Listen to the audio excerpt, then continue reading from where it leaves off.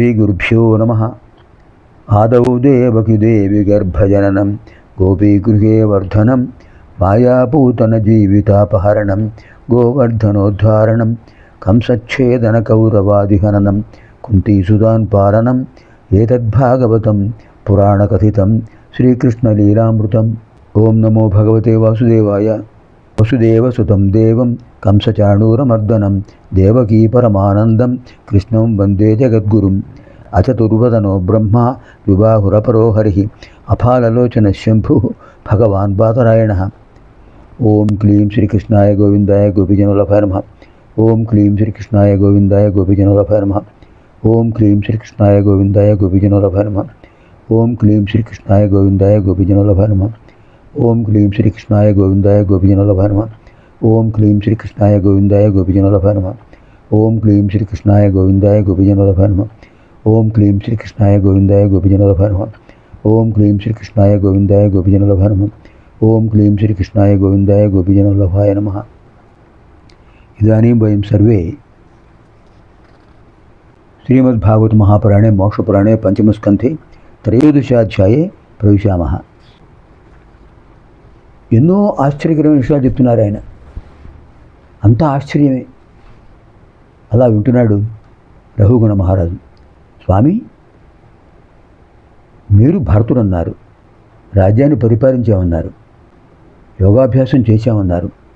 అలాంటి వారు మీకు ఆ జింక పిల్లపై మమకారం ఎలా ఏర్పడింది స్వామి? అది బంధరహితమైంది కదా. మీలాంటి మహానుభావులకి అలా అటువంటి పరిస్థితి వచ్చినప్పుడు మా వంటి వాళ్ళం మాకేమిటి తరుణోపాయం ఏమిటి స్వామి? సంసార సాగర తరణం ఎలా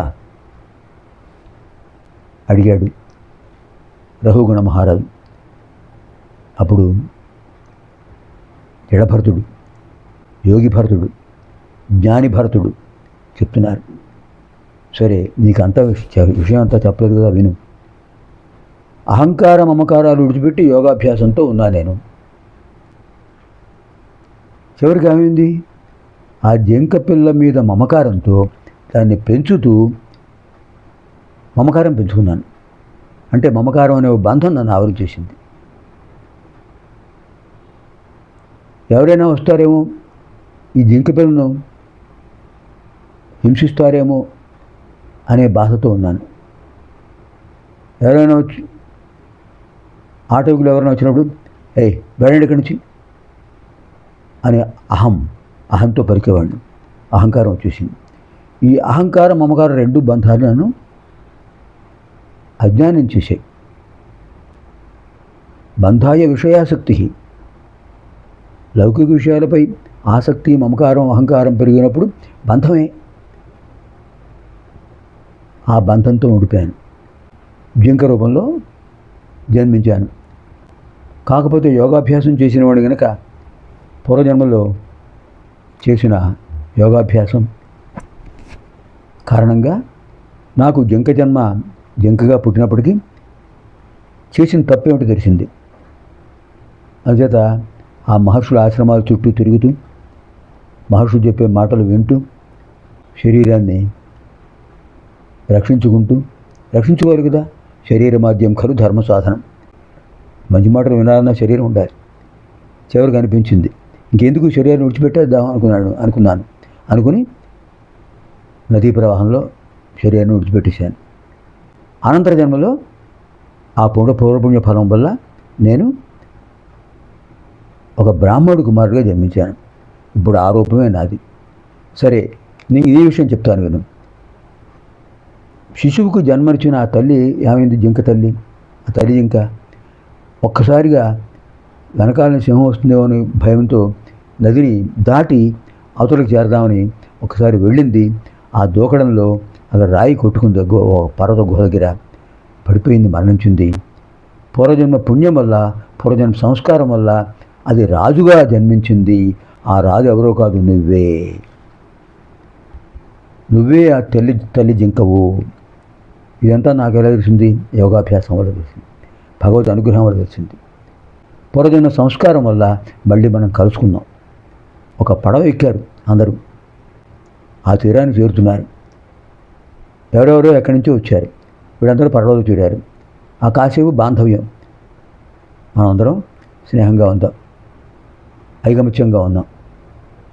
ఏదైనా సమస్య వస్తే మనం జాగ్రత్తగా ఈదుకుంటూ అటు వెళ్ళాలి అని పరస్పరం స్నేహంతో మీరెవరు, మీరు ఎక్కడ ఉంటున్నారు అని ఏదో కబుర్లు చెప్పుకుంటున్నారు.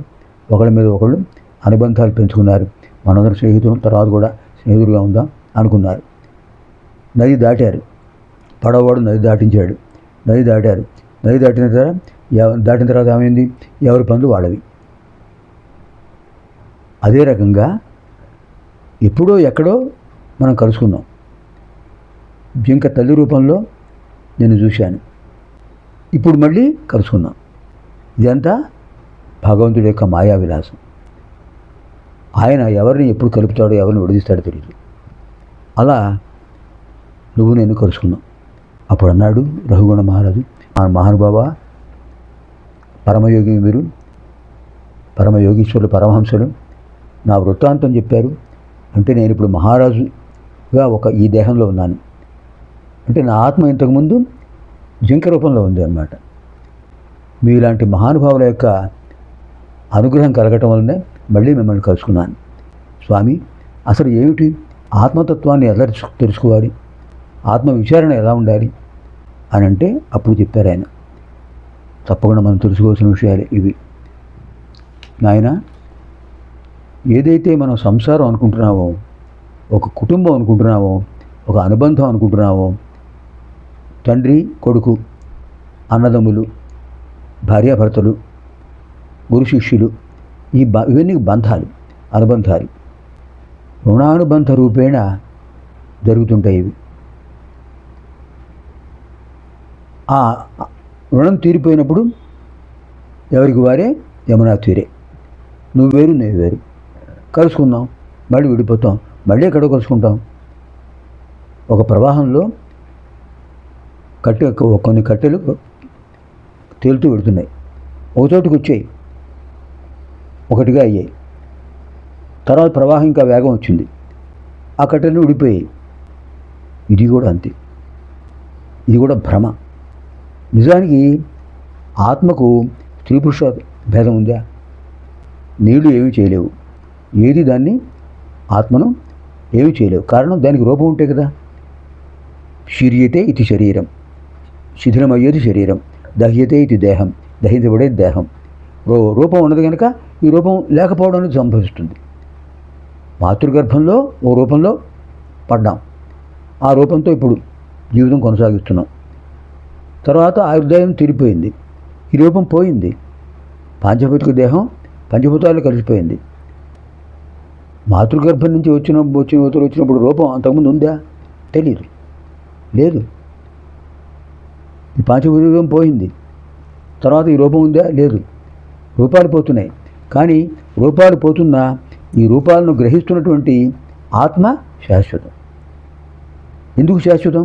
పరమాత్మ శాశ్వతత్వం కలిగి ఉన్నాడు. ఆ పరమాత్మ యొక్క అంశయే జీవాత్మ.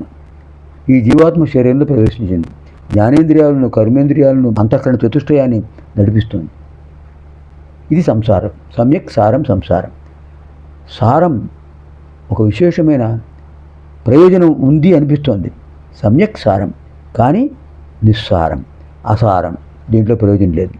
ఎప్పుడు వస్తుంది ప్రయోజనం? భగవతత్వం తెలుసుకున్నప్పుడే.